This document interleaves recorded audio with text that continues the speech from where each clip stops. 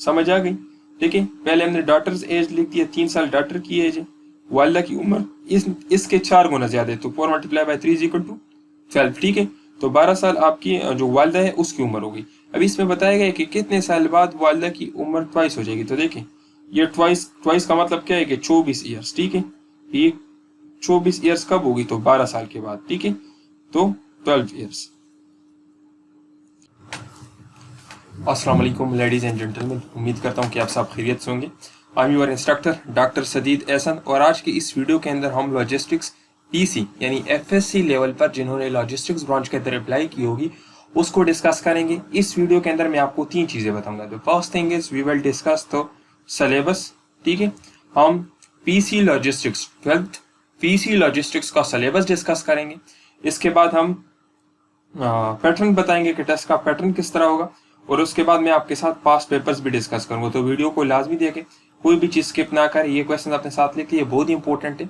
इसके अलावा हमारा पेड कोर्स जो है जिसमें हम ऑनलाइन तैयारी करवाते हैं टेस्ट पासिंग गारंटी के साथ, वो भी हम इस वीडियो के एंड में डिस्कस करेंगे। सो बेसिक से आपको समरी देता जाऊं। My name is doctor Sadid Ehsan. इस वीडियो लेक्चर के अंदर हम 3 चीजें डिस्कस करेंगे। सबसे पहले हम 12th लॉजिस्टिक्स पीसी का सिलेबस डिस्कस करेंगे, फिर उसका हम पैटर्न डिस्कस करेंगे, फिर हम पास्ट पेपर्स डिस्कस करेंगे।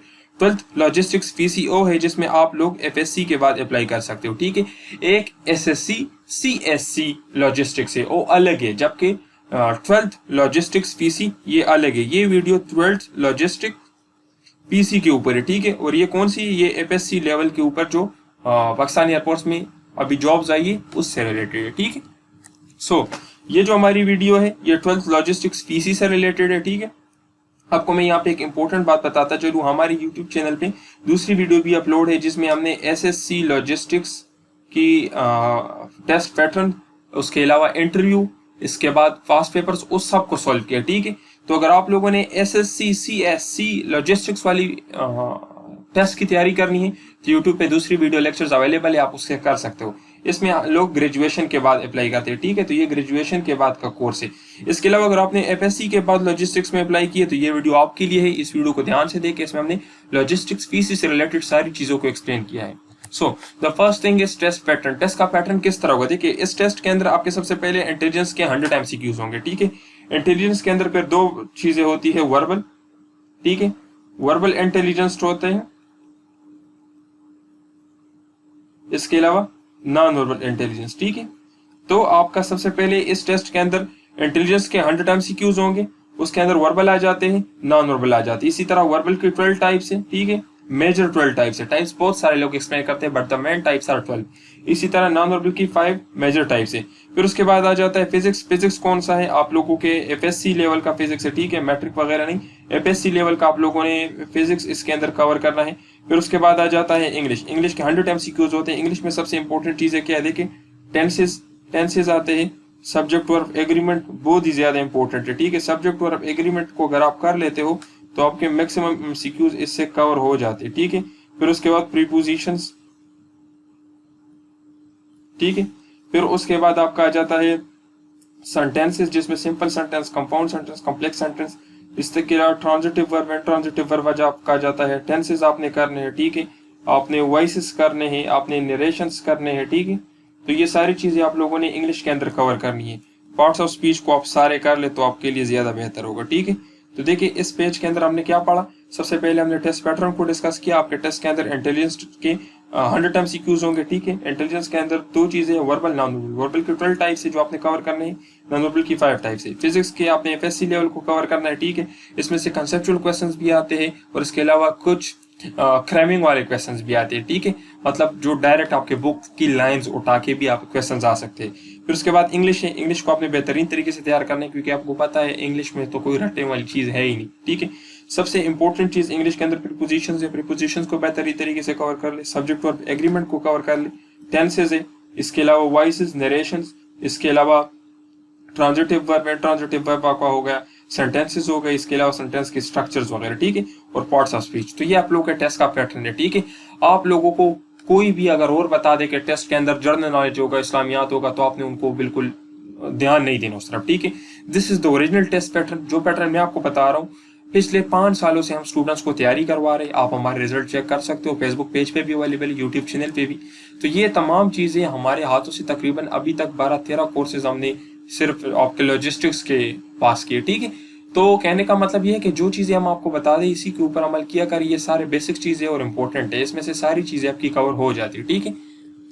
अभी देखिए हम क्वेश्चंस की तरफ आते हैं। ये जो मैं आपके साथ टेस्ट डिस्कस कर रहा हूँ ये आज का टेस्ट है, जो कि लॉजिस्टिक्स पीसी के अंदर जो क्वेश्चंस आए थे, तो अभी आपके सामने मैं और डिस्कस करूंगा, ठीक है, और उसको हम कवर करेंगे। देखिए सबसे पहले ये वाला क्वेश्चन वर्बल से रिलेटेड है। इसमें क्या बताया है कि Islamabad is to Pakistan as dash is to Turkey. देखिए अभी इसमें देखिए ये रिलेशन बेस्ड क्वेश्चन है, ठीक है। कौन से रिलेशन बेस्ड क्वेश्चन है इसमें? देखिए आपको रिलेशन दिया गया, इस्लामाबाद और पाकिस्तान का रिलेशन क्या है?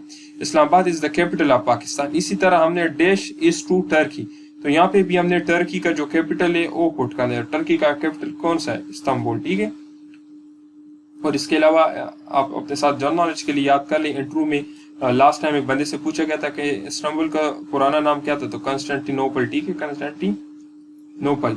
ये कौन सा? रोम के टाइम में, ठीक है, इसका कंस्टेंटिनोपल टाइम था। इस्तांबुल इसको फिर दौर उस्मानिया में उसका नाम फिर चेंज करके इस्तांबुल रखा गया, ठीक है। तो ये आप अपने साथ कर लें। अच्छा देखिए, mother age is 4 times sum of 3 years daughter age, after how many years mother age will be 5। इस क्वेश्चन में पूछा गया है कि वालिदा की उम्र 3 साल बच्ची की उम्र के 4 गुना है, ठीक है। तो आप बताएं कि वालिदा की उम्र कितने टाइम बाद डबल होगी। सो देखिए इस क्वेश्चन को सॉल्व करने का इजी ट्रिक आपको बता दो। देखिए सबसे पहली चीज आपने ये करनी है कि मदर एज यहां पे आपके पास हो जाएगा डॉटर, ठीक है। मदर की डॉटर की एज क्या है? 3 years। मदर की एज क्या है? 4 times इंटू डॉटर एज, जो कितनी है? 3 years, ठीक है। तो मदर की एज कितनी हो जाएगी मौजूदा? 12 years, ठीक है।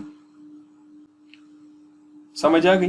देखिए पहले हमने डॉटर्स एज लिख दिया, 3 साल डॉटर की एज है। वालिदा की उम्र इसके 4 गुना ज्यादा है, तो 4 × 3 = 12, ठीक है। तो 12 साल आपकी जो वालिदा है उसकी उम्र होगी। अभी इसमें बताया गया है कि कितने साल बाद वालिदा की उम्र ट्वाइस हो जाएगी। तो देखिए ये ट्वाइस का मतलब क्या है कि 24 years, ठीक है। ये 24 years कब होगी? तो 12 साल के बाद, ठीक है। तो 12 years, तो आपका आंसर क्या हो जाएगा? 12 years। 12 साल के बाद वालिदा की उम्र ट्वाइस हो जाएगी, मीन्स 24 साल हो जाएगी, ठीक है। अच्छा देखिए ये क्वेश्चन बहुत ही टेक्निकल क्वेश्चन है। इस क्वेश्चन को मैंने इसलिए ऐड किया है ताकि मैं आपको बहुत ही इंपॉर्टेंट इंस्ट्रक्शन देता जाऊँ। देखिए जब भी आपको वर्बल के अंदर या नॉन वर्बल के अंदर कोई इस किस्म का क्वेश्चन आ जाए जो आपको लगे कि ये इसमें कॉम्प्लेक्स सोल्यूशन है, तो उसको आप बेशक स्किप करते जाए, उसमें रैंडम कोई ऑप्शन लगा ले। क्यों? क्योंकि इस जैसे क्वेश्चंस आपका बहुत सारा टाइम वेस्ट करेगी। आप लोगों के 4-5 को अगर आप इसको सॉल्व करने बैठ जाए तो कोई इसकी गारंटी नहीं है कि आप ऑलरेडी इसको सारा ठीक तरीके से सॉल्व कर पाओगे, और बाकी इसके ऊपर आपका बहुत सारा टाइम यूटिलाइज हो जाएगा। तो ये आपके लिए नुकसानदेह है। पहले आप इस तरह कर लें कि जो क्वेश्चंस आपको आते हैं आप उनको करते जाए, और इसी तरह अगर इस टाइप के क्वेश्चंस आपको आते हैं तो ठीक है, अगर आप कर सकते हो तो वेल एंड गुड, 4-5 सेकंड में कर सकते हो तो कर ले। अगर नहीं कर सकते तो कोई रैंडम आंसर लगाए, फिर जब आप सारे क्वेश्चंस कर लेते हो तो दोबारा आकर इसके अगर आपके पास टाइम बचा तो सोल्यूशन कर लेना। अभी इसका सोल्यूशन मैं आपको बता देता हूँ, लेकिन वहां पे इस चीज का ख्याल रखते हैं कि सबसे पहले उन क्वेश्चन को सॉल्व करें जो आपको आता हो, ठीक है। इसमें ये बताया गया कि परसेंटेज ऑफ, ठीक है। अभी ये परसेंटेज देखिए, इसको सिंपली आप मल्टीप्लाई कर ले। 2 4s आपके पास क्या आता है? 2 4s 8, 8 5s 40, 3/40 मल्टीप्लाई बाय 210। तो इससे आपके पास तकरीबन कुछ 15 पॉइंट समथिंग का आंसर आ जाता है, ठीक है। और उसको फिर आप परसेंटेज में कन्वर्ट कर ले तो आपका आंसर मिल जाएगा, ठीक है। तो कहने का मतलब है कि इस किस्म के क्वेश्चंस के ऊपर बस अपना टाइम वेस्ट नहीं करना, क्योंकि देखिए अगर आप एक क्वेश्चन छोड़ देते हो या 4-5 क्वेश्चन छोड़ देते हो और उसकी बजाय आप 15-20 क्वेश्चन और कर लेते हो तो ये आपके लिए नुकसान नहीं बल्कि फायदे है, ठीक है। अभी देखिए व्हेन नो हीट एंटर्स और leaves a system is called, तो इसको हम आपको पता है एडियाबेटिक सिस्टम कहते हैं, ठीक है। एडियाबेटिक सिस्टम और एडियाबेटिक प्रोसेस कहते हैं।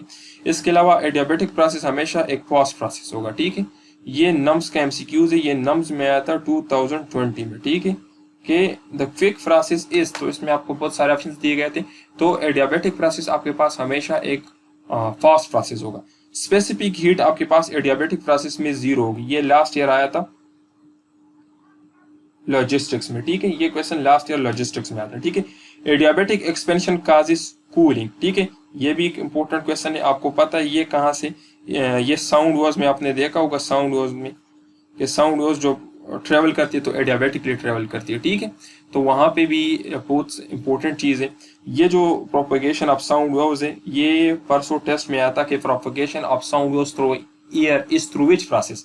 तो आपको पता है इसके ऊपर दो थ्योरीज थी, एक था आइसोथर्मल प्रोसेस का, दूसरा था एडियाबेटिक प्रोसेस का। आइसोथर्मल प्रोसेस इसलिए रॉन्ग था क्योंकि आपको पता है इसमें कंप्रेशन रिफ्लेक्शन होती है, कंप्रेशन के दौरान हीट प्रोड्यूस होती है जबकि रिफ्लेक्शन के दौरान कूलिंग होती है। तो इन दोनों के अपने इफेक्ट को कैंसिल कर लेते हैं जिसकी वजह से नो हीट एंटर और लीव द सिस्टम। इसलिए जो हमारे पास साउंड वेव्स की प्रोपगेशन है वो एडियाबेटिक प्रोसेस के थ्रू होती है, ना कि आइसोथर्मल प्रोसेस, ठीक है।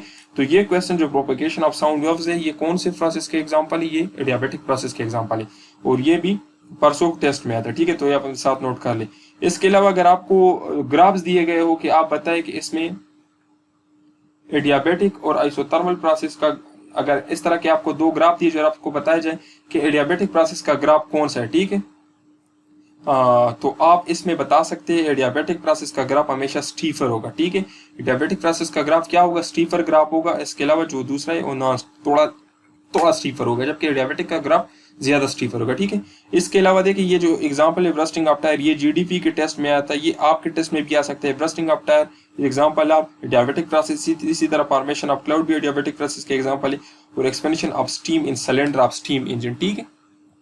अच्छा देखिए rectangular coordinate system is also known as, तो इसको कार्टेशियन कोऑर्डिनेट सिस्टम भी कहा जाता है। आपको पता है इसमें क्या होता है, इसके थ्रू हम वेक्टर्स को रिप्रेजेंट करते हैं। इसमें इसी तरह हमारे पास होता है एक्स एक्सिस, वाई एक्सिस और जी एक्सिस इसमें हमारे पास होता है। इसमें इसी तरह कॉमन पॉइंट ऑफ इंटरसेक्शन होता है, ठीक है, कॉमन पॉइंट ऑफ इंटरसेक्शन होता है।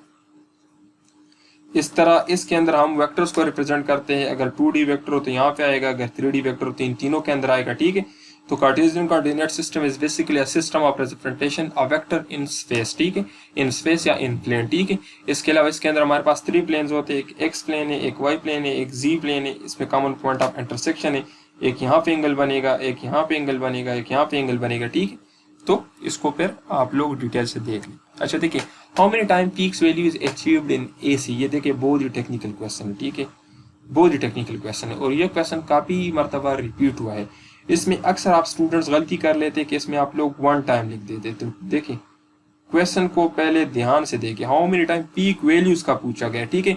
आपसे ये नहीं पूछा कि पॉजिटिव पीक वैल्यू या नेगेटिव पीक वैल्यू, मींस दोनों पॉजिटिव और नेगेटिव दोनों पीक वैल्यूज आपने बताए। देखिए ये मैंने यहाँ पे अल्टरनेटिंग करंट को शो किया है। आपको पता है अल्टरनेटिंग करंट वो होता है जो अपना डायरेक्शन कंटिन्यूसली चेंज करता है, ठीक है। यहाँ पे देखिए ये इसकी डायरेक्शन है, तो देखिए एक पीक वैल्यू ये है, एक पीक वैल्यू ये नेगेटिव पीक वैल्यू है, इसी तरह ये पॉजिटिव पीक वैल्यू है। तो और ये एक कंप्लीट साइकिल है। देखिए ये मीन पोजीशन से दोबारा मीन पोजीशन पर, ये मीन पोजीशन से दोबारा यहाँ पे मीन पोजीशन में आ गया। तो देखिए 1 2, तो 2 पीक वैल्यूज आपके साथ अचीव होती है एक साइकिल के अंदर, ठीक है। तो अगर आपसे क्वेश्चन पूछा जाए कि how many positive values are achieved in 1 cycle of AC, तो आपने आंसर देना है 1। इसी तरह अगर आपसे पूछा जाए कि कितनी नेगेटिव वैल्यूज एक साइकिल के अंदर अचीव होती तो भी आपका आंसर होगा 1।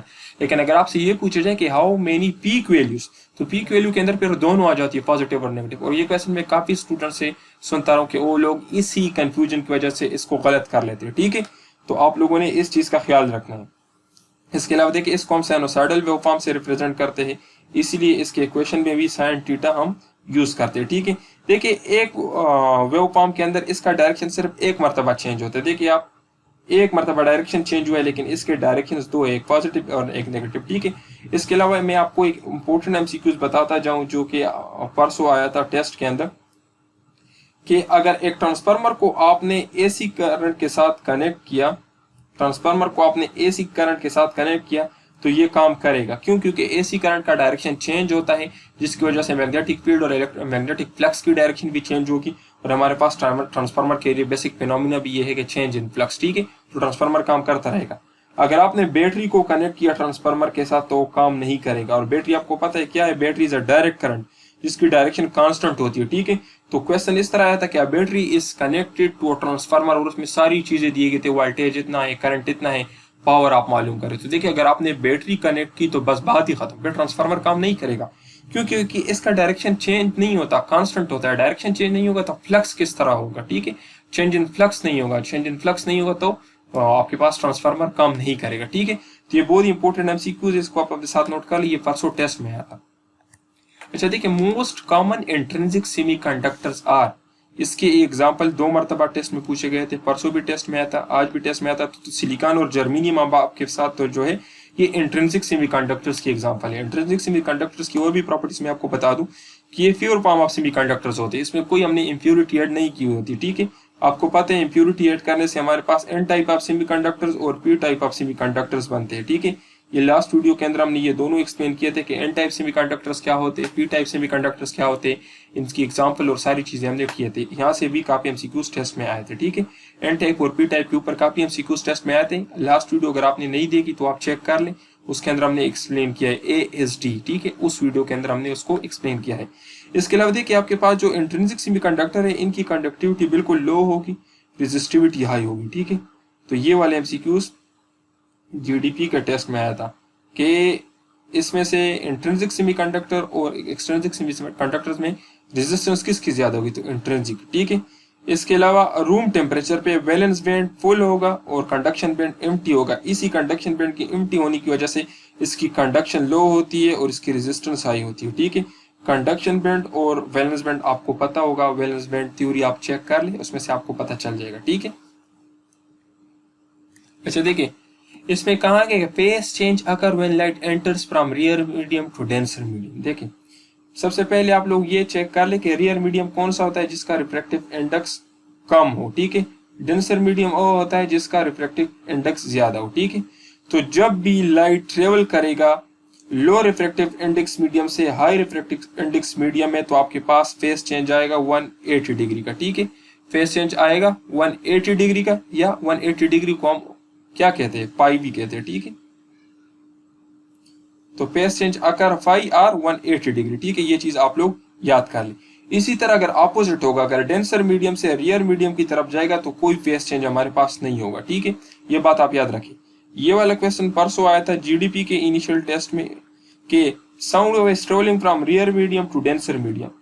साउंड वेव ट्रेवल कर रहा है रियर मीडियम से डेंसर मीडियम की तरफ, तो उसके स्पीड के ऊपर क्या असर होगा, तो उसकी स्पीड डिक्रीज होगी। क्यों डिक्रीज होगी, ये जो स्पीड ऑफ साउंड का फार्मूला है वो चेक कर ले, उसमें रिफ्रैक्टिव इंडेक्स के साथ इसका रिलेशन जो है वो ऑपोजिट है। इसलिए आपके पास जब साउंड रियर मीडियम से डेंसर मीडियम में जाएगा तो उसकी स्पीड डिक्रीज होगी, ठीक है।